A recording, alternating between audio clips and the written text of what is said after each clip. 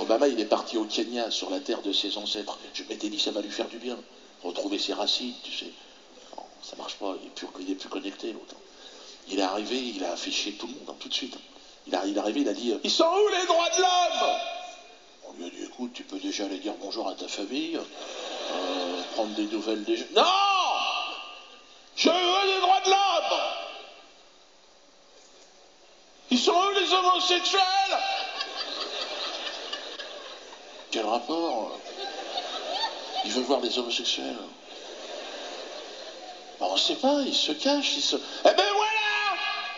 Il faut organiser une gay pride! Oh. Là, ils ont débranché les micros. Barack, il faut partir, on peut pas, là, on sait pas. Complètement malade. Bonjour à tous. On se souvient tous qu'au cours de sa première visite comme président américain au Kenya, pays d'origine de son père, Barack Obama avait réclamé l'égalité des droits pour les homosexuels. Lors d'une conférence de presse avec son homologue kenyan Uhuru Kenyatta, Obama avait dit « J'ai été constant à travers toute l'Afrique là-dessus. Quand vous commencez à traiter les gens différemment parce qu'ils sont différents, vous vous engagez sur un terrain où la liberté s'érode. » Le discours de Barack Obama s'était heurté à une fin de non-recevoir poli de son homologue kenyan. Comme le président sénégalais Macky Sall, à l'époque, Uhuru Kenyatta, lui avait répondu qu'il y avait des choses que nous ne partageons pas. Il est très difficile pour nous d'imposer à la population ce qu'elle n'accepte pas elle-même.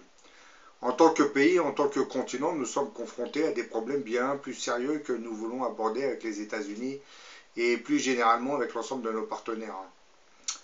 Et pendant son mandat, le président Obama, que tous les Noirs du monde avaient vu comme leur messie, est finalement devenu un simple VRP au service du diable. Et puisque, comme vous le savez, évoquer l'homosexualité n'est rien d'autre que vouloir répandre la perversion sur une échelle planétaire. C'est exactement ce que fait la grande prostituée de l'Apocalypse. Elle est là pour corrompre les rois de la Terre. Obama, qui n'est pas la grande prostituée de l'Apocalypse, est indirectement à son service. Et évoquer l'homosexualité permet entre autres aux États-Unis, surtout à ce président, de refouler tous les autres problèmes économiques des pays africains. Obama avait préféré jouer sur la corde sensible de l'homosexualité pour ne pas apparaître aux yeux du monde comme un président américain qui serait sous l'influence de son pays d'origine, le Kenya. Voilà, on évoque l'homosexualité et d'autres problèmes qui n'apporteront pas grand-chose à ces pays, si ce n'est les rendre encore plus haineux contre la présidence américaine. C'est une stratégie voulue par les États-Unis.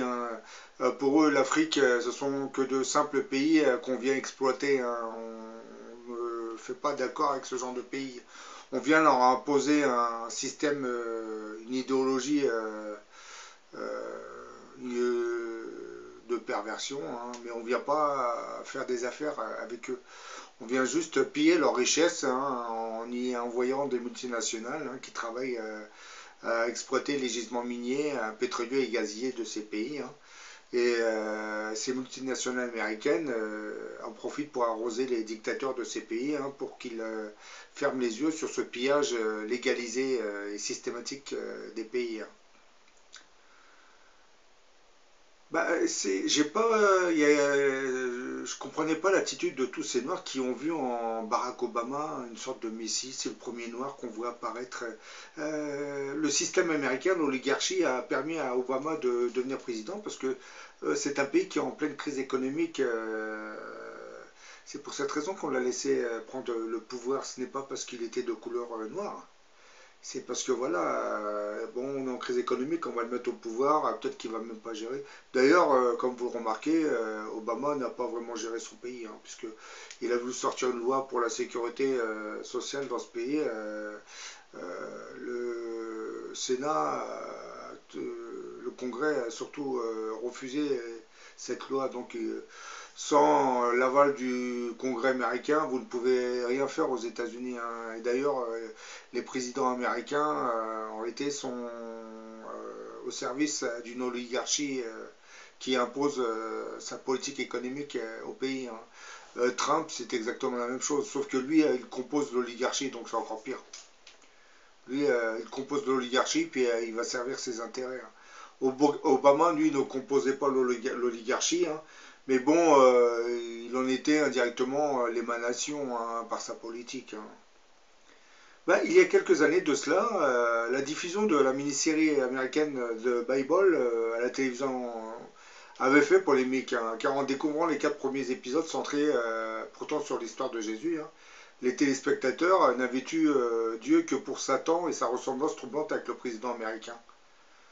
Pour certains partisans de la théorie du complot, c'était bien là la preuve que Barack Obama était le diable en personne.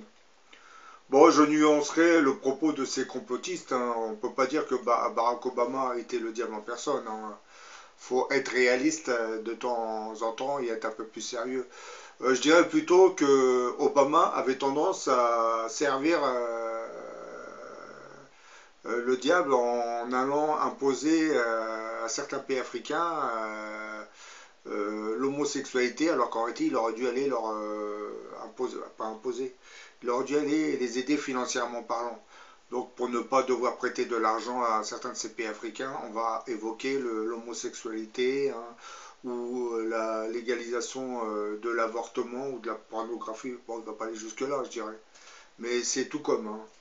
Parce que quand on parle de légaliser le mariage gay et de donner plus de droits aux homosexuels, hein, c'est comme si vous demandiez à ces pays de légaliser la pornographie indirectement. Oui, donc ça, vous voyez, c'est un peu comme la politique de Hollande lorsqu'il a sorti le mariage gay.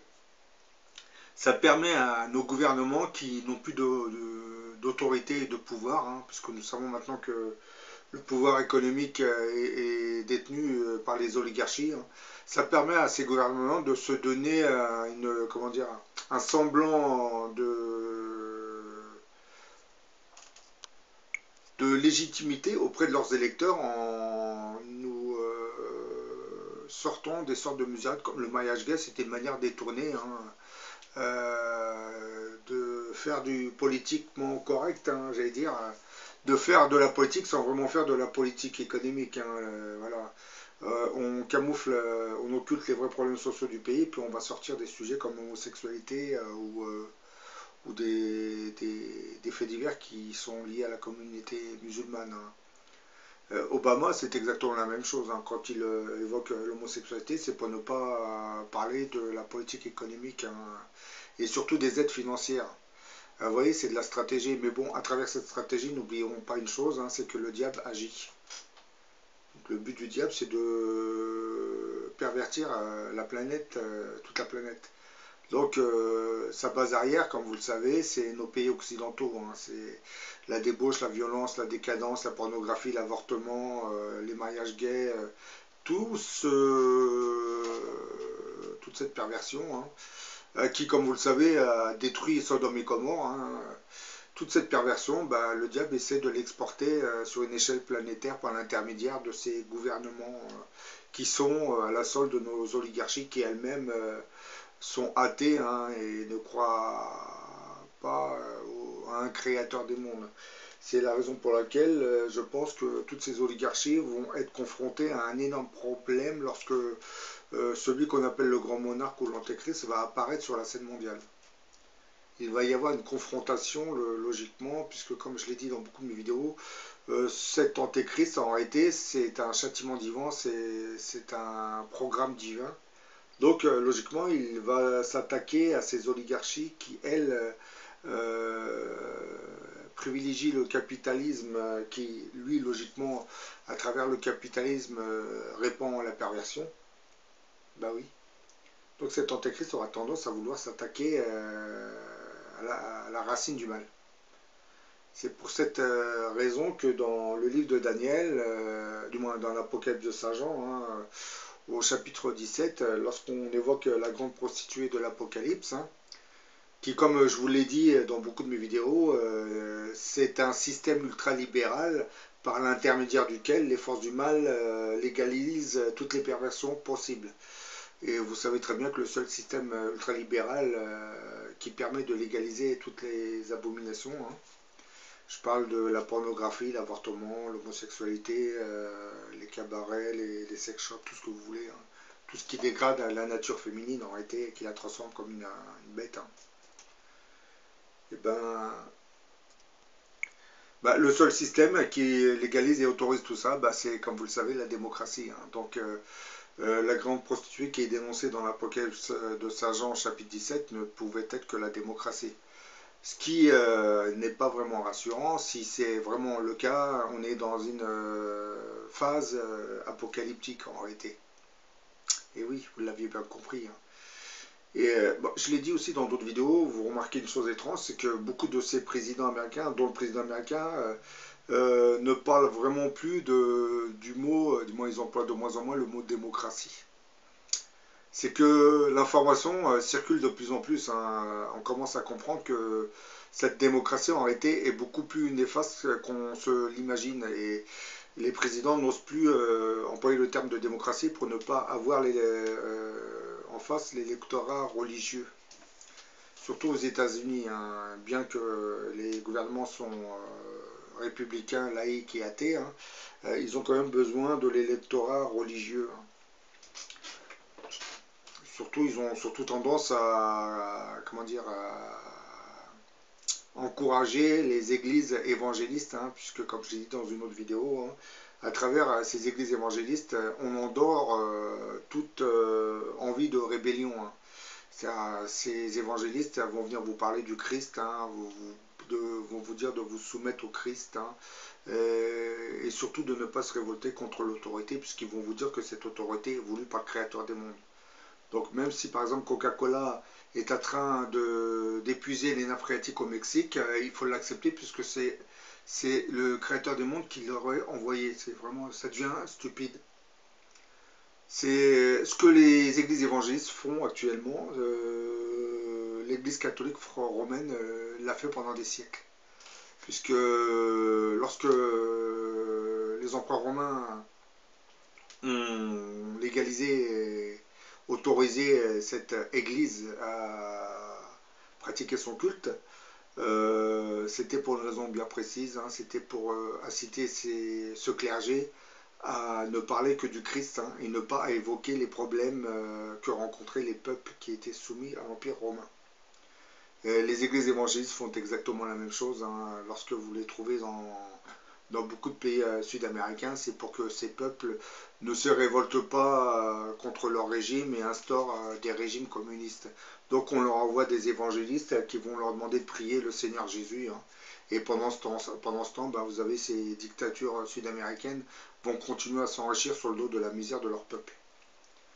Dans le monde musulman, on est dans la même situation. Hein. Par exemple, dans les prêches du vendredi, les régimes militaires arabes vont demander à ces imams officiels de prêcher l'histoire de l'islam, rien que cette histoire, rien que l'histoire du prophète de l'islam.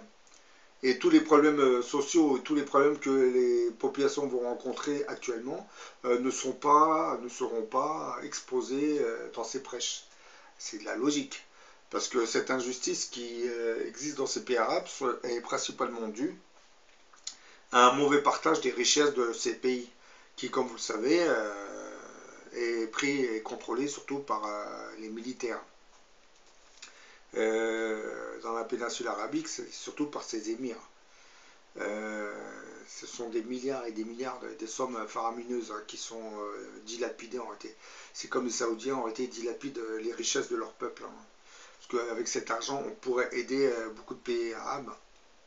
Mais bon, comme j'ai dit dans une précédente vidéo, je pense que si cet argent est mal distribué, c'est parce que la foi dans beaucoup de ces pays arabes a fortement baissé. Hein.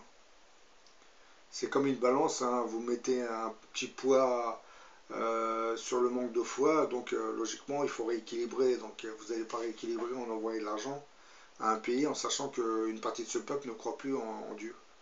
Sauf que ces peuples ne savent pas qu'en haut, ils savent le pourcentage, ils connaissent le pourcentage de gens qui croient ou qui ne croient pas.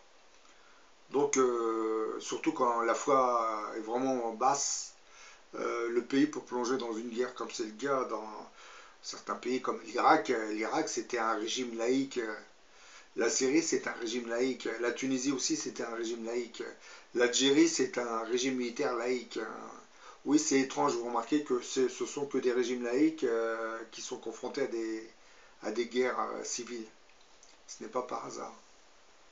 Bon là, comme vous voyez, hein, j'ai parlé de la série TV de Bible. Hein. Vous avez à droite Barack Obama et à gauche le personnage qui joue le rôle de Satan dans la série. Hein. Vous voyez la ressemblance entre les deux personnages. Hein.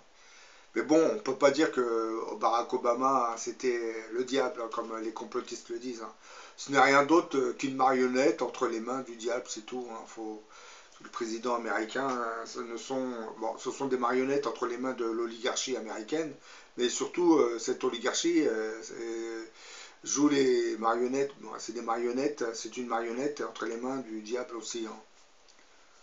Parce que quelquefois je parle dans mes vidéos de l'emprise de certaines de ces oligarchies sur notre monde. Hein.